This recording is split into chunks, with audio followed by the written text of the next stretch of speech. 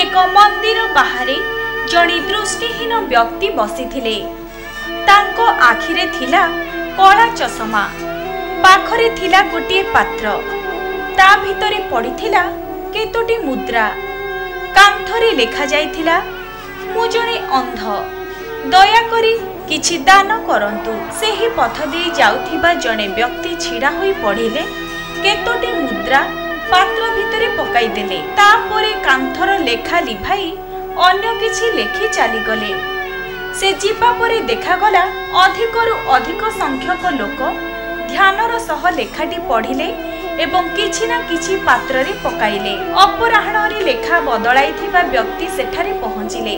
आसिबार शब्दरु तांको उपस्थिति बारी पारिले दृष्टिहीन। संगे संगे पचारिले, आपण एभଳି कौन लेखि दे गले जे पथचारी माने हठात मो बाबदरे अधिक भाविले।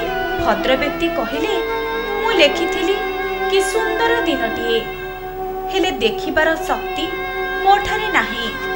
दृष्टिहीन पचारिले, दुई लेखा भितरे प्रभेद कौन?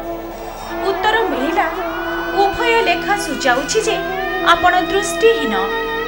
तेबे मो लेखा अधिक किछि कहुछि।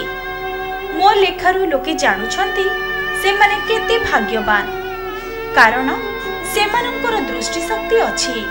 आउ आपणंकर दुर्भाग्य से माने भल भावे अनुभव करि पारुछंती। तेणु मो लेखा अधिक प्रभावशाली। अर्थात निज पाखरे जहा अछि ताहाकु नै संतुष्ट रह। रचनात्मक सकारात्मक रुह। कांदिबार गोटे कारण थिबा बेले हसिबार 10टी कारण अछि। एहा भूल नाही।